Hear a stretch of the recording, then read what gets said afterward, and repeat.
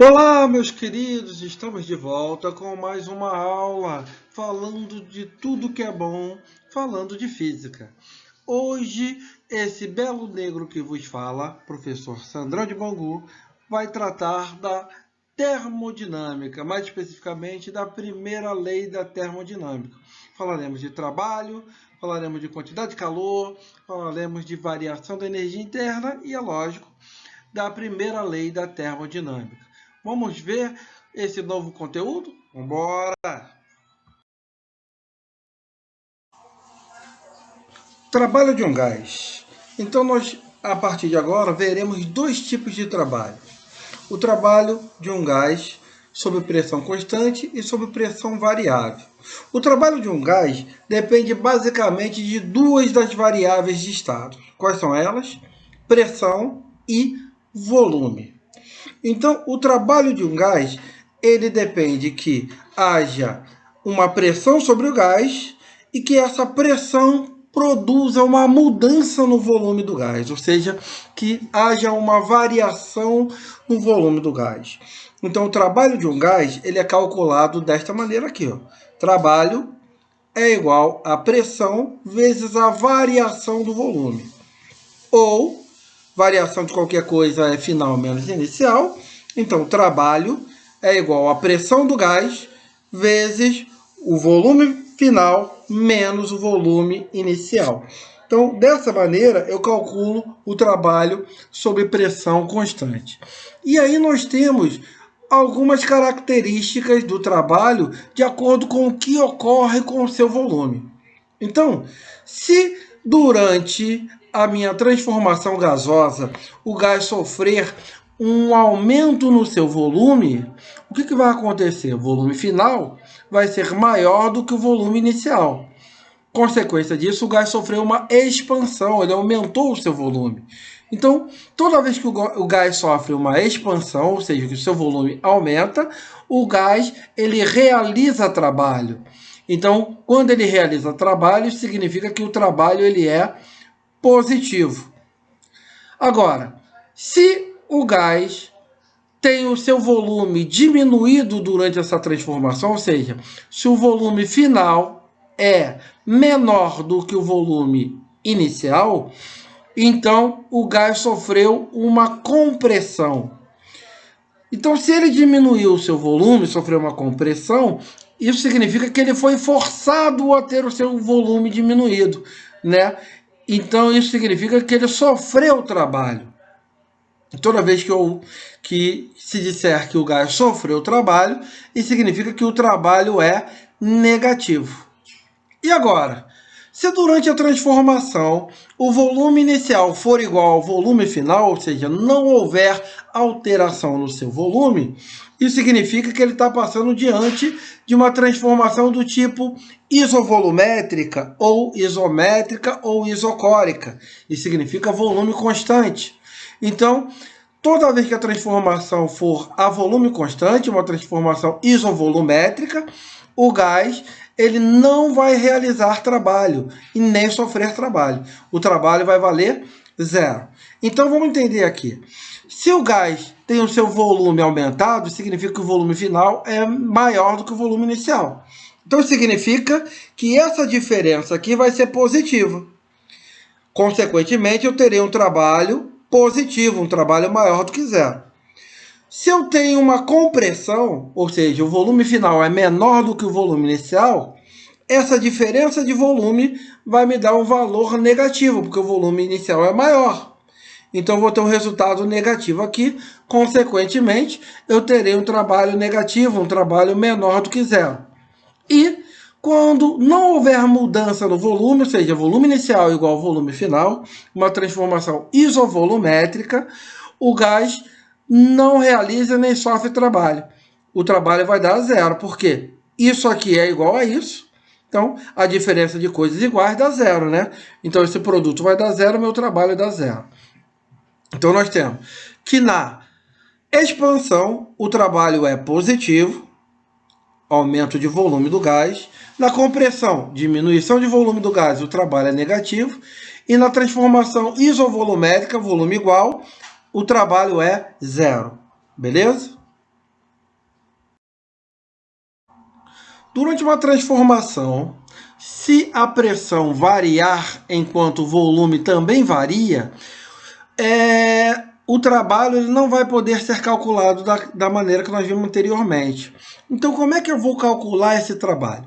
Esse trabalho ele vai ser dado através da área da curva formada no gráfico da pressão em função do volume. Então, a área delimitada pela curva da pressão em relação ao eixo dos volumes, essa área ela me dará o trabalho realizado. Então, o trabalho ele será numericamente igual à área da figura dada pela curva do gráfico pressão vezes volume. Então, aqui na minha figura, eu tenho o gráfico da pressão em função do volume. Eu tenho uma transformação que vai de A para B. A setinha aqui, ela me mostra o sentido da transformação de A para B. Então, para que eu determine o trabalho realizado por este gás, basta encontrar a área dessa figura, que neste caso aqui é um trapézio. Então, aqui embaixo nós temos a área de algumas figuras, as mais comuns. O triângulo, base vezes altura sobre 2. O trapézio, base maior mais base menor vezes altura dividido por 2. E o retângulo, base vezes altura. Então, essas são algumas figuras comuns que aparecem para a gente na hora do cálculo do trabalho.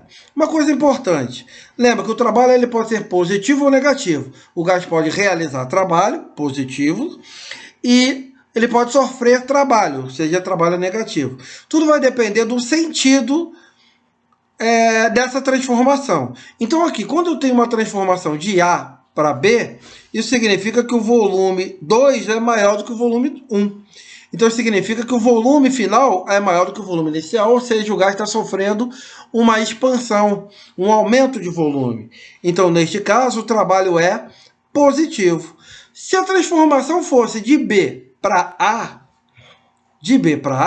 isso significa que o volume estaria indo de 2 para 1. E de acordo com a minha orientação de volume aqui, o volume 2 é maior do que o volume 1. Ou seja, o volume 2 seria o meu volume inicial e o volume 1 seria o meu volume final. Ou seja, o volume inicial é maior do que o volume final. Então, neste caso, o gás estaria sofrendo uma compressão. E se é uma compressão, o trabalho é negativo. Então, eu tenho que ficar atento aí para verificar se na hora do meu cálculo o volume aumenta ou diminui, para saber se trabalho é positivo, caso o volume seja maior, o volume final maior, ou se o trabalho é negativo, caso haja uma compressão, ou seja, um volume final menor do que o volume inicial. Beleza? Tranquilo? Energia interna de um gás. A energia interna de um gás está diretamente relacionada à energia das moléculas que constituem esse gás. Então, a energia interna de um gás é a soma das energias das moléculas desse gás. É o somatório dessas energias.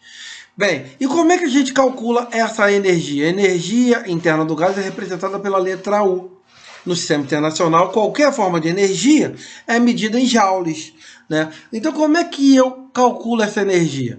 A energia, U, ela vai ser 3 meios de nRT, onde N é o número de mols, R é a constante e T é a nossa temperatura. Então, a energia do gás ela está diretamente relacionada à temperatura. Mas o que nós precisaremos, para quando nós falarmos da primeira lei da termodinâmica, é da variação da energia interna. Então, a variação da energia interna, que é o meu ΔU, quem é ela? Ela depende diretamente da variação da temperatura.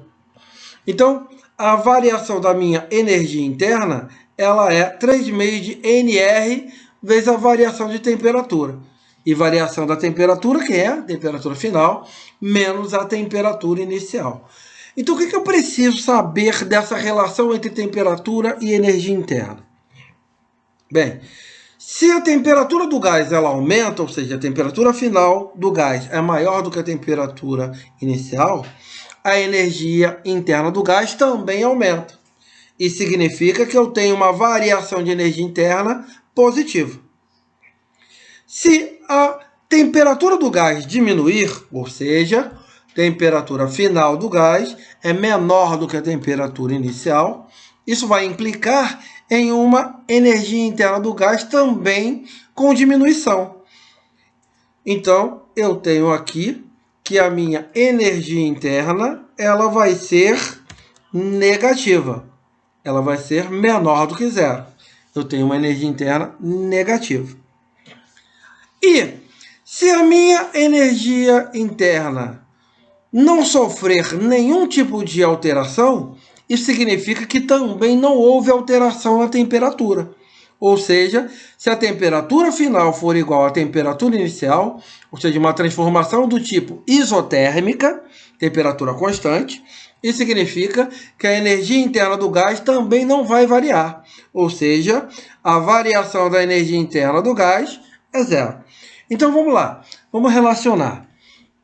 Então, se eu tenho aumento de temperatura, a energia interna do gás também aumenta, ou seja, ela é positiva. Se eu tenho uma diminuição de temperatura, a energia interna do gás também diminui. A energia interna é negativa. Se a temperatura do gás não muda, a energia interna do gás também não muda. Ou seja, a variação da energia interna é zero. Pré-ridículozinho, né?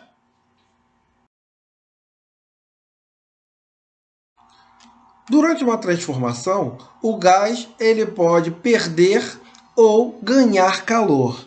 Então, nesse momento, nós trataremos da quantidade de calor, que é o meu Q, que é a energia ganha ou perdida pelo gás durante uma transformação. Então, o que eu devo saber sobre a quantidade de calor de um gás? Então, se o gás ele recebe calor do meio externo, isso significa que a minha quantidade de calor ela vai ser positiva, maior do que zero. Se o gás ele perde calor para o meio externo, isso significa que a minha quantidade de calor ela vai ser negativa. E se o gás não troca de calor com o meio, a minha quantidade de calor ela vale zero. Quando o gás não troca calor com o meio, nós dizemos que a transformação é uma transformação adiabática. Então, adiabática significa que não houve troca de calor entre o gás e o meio externo. Beleza? Então, se o gás recebe calor, quantidade de calor positiva.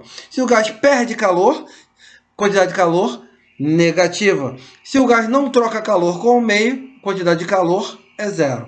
Beleza? Tranquilo? Vamos lá?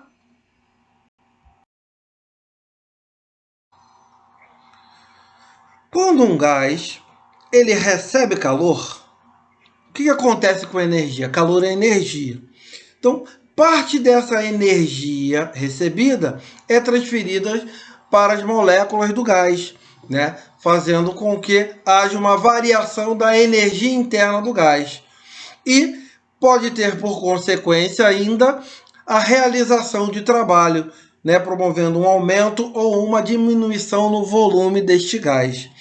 Então, a primeira lei da termodinâmica, ela faz o balanceamento energético dessas três grandezas: quantidade de calor, energia interna e trabalho. Então, a primeira lei da termodinâmica, ela trata exatamente da conservação da quantidade de energia trocada entre o gás e o meio aí nessa situação. Então, o que eu tenho aí de acordo com a primeira lei? Pela primeira lei da termodinâmica, a quantidade de calor que o gás recebe, ela é igual à variação da energia interna do gás mais o trabalho realizado ou sofrido por esse gás. Então, quantidade de calor é a variação da energia interna mais o trabalho. Então, essa mesma fórmula ela pode aparecer reestruturada de outra maneira. Energia interna do gás é igual à quantidade de calor menos o trabalho. Aqui é importante ressaltar que a quantidade de calor de um gás, ela quantidade de calor, trabalho e energia são grandezas que tratam de energia. Então, para que eu determine essa relação aqui, é necessário que todos estejam na mesma unidade de medida. E é muito comum esses caras estarem em joule ou caloria. Bem, mas se eles estiverem em cal ou joule, como é que eu transformo uma coisa na outra? Eu tenho uma relação que um cal, uma caloria, ela equivale a aproximadamente um cal, uma caloria é igual a 4,2 joules. Então, é muito importante eu lembrar dessa relação aqui. Porque ele pode me dar, por exemplo, trabalho em calorias e a energia interna em joule e pedir para calcular a quantidade de calor. Então, eu não posso somar joule com cal. Então, eu tenho que transformar ou tudo para cal ou tudo para joule, dependendo do que o problema nos pede. Então, eu tenho que lembrar que a relação entre calorias e joule é que uma caloria equivale a 4,2 joules. Tá ok? Então, esse sistema energético devem estar todos na mesma unidade de medida. Tranquilo? Beleza? Compreendido? Então, vamos seguir adiante. Agora nós veremos alguns casos particulares para a aplicação da primeira lei da termodinâmica. Né? Então aqui eu tenho a primeira lei da termodinâmica, variação da energia interna é igual à quantidade de calor menos trabalho. Essa é a primeira lei da termodinâmica. E aí nós temos alguns casos particulares, né? Na realidade, 4. Então vamos nós. Primeiro caso particular é quando o gás ele sofre uma transformação do tipo isotérmica. Isotérmica significa temperatura constante. E aí o que eu tenho? Se a temperatura é constante, o gás ele não varia a temperatura. Então, se a temperatura do gás não muda, a energia interna do gás também não muda. Ou seja, a energia interna do gás vale zero. Então, se eu jogo zero aqui, vou ter zero igual a Q menos trabalho. Jogo o trabalho para cá, então eu tenho trabalho igual a quantidade de calor. Então, desta maneira, toda vez que eu tiver uma transformação do tipo isotérmica, a minha primeira lei da termodinâmica ela fica resumida a Q igual a T, ou seja, quantidade de calor igual a trabalho. Show? Tranquilo?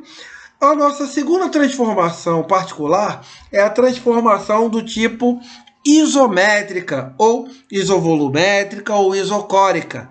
Do que trata essa transformação? Ela trata de uma transformação a volume constante, ou seja, não há variação do volume. E quem é que depende do volume? É o trabalho.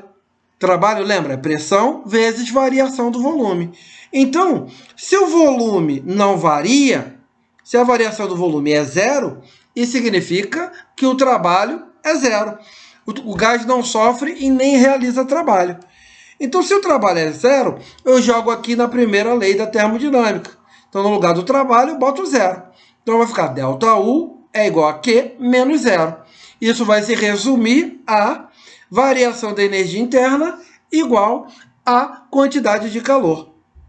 Então, toda vez que eu estiver diante de uma transformação a volume constante, a minha primeira lei da termodinâmica vai se reduzir a variação da energia interna igual à quantidade de calor.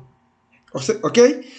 Então, vamos para a nossa terceira transformação particular. É a transformação adiabática. Adiabática significa que não há troca de calor. Então, se não há troca de calor, o Q, que é a quantidade de calor, vale zero. Então, se eu jogar esse zero lá na minha fórmula, eu vou ter ΔU é igual a zero menos trabalho. Então, zero menos trabalho, eu vou ter que a variação da energia interna vai ser igual a menos trabalho. Então, quando não houver troca de calor, a minha primeira lei ela vai se reduzir a variação da energia interna igual a menos trabalho. Quando tiver uma transformação do tipo isobárica, isobárica significa a pressão constante, ou seja, a pressão ela não se altera. O que vai acontecer é que eu não terei nenhuma dessas três grandezas nula. Por quê? Quem depende da pressão é o trabalho. Então, trabalho é igual a pressão vezes a variação do volume. Então, eu calculo o trabalho dessa maneira e aplico a primeira lei normalmente. Variação da energia interna do gás é igual à quantidade de calor menos o trabalho. Ok? Então, assim a gente termina aí o nosso estudo da primeira lei da termodinâmica. Espero que vocês tenham gostado, espero que vocês tenham compreendido. Se inscrevam no nosso canal para ajudar, ativem as notificações, dê um likezinho aí se gostaram do vídeo e até a próxima oportunidade, se Deus permitir. Um beijo do Negão e fiquem com Deus.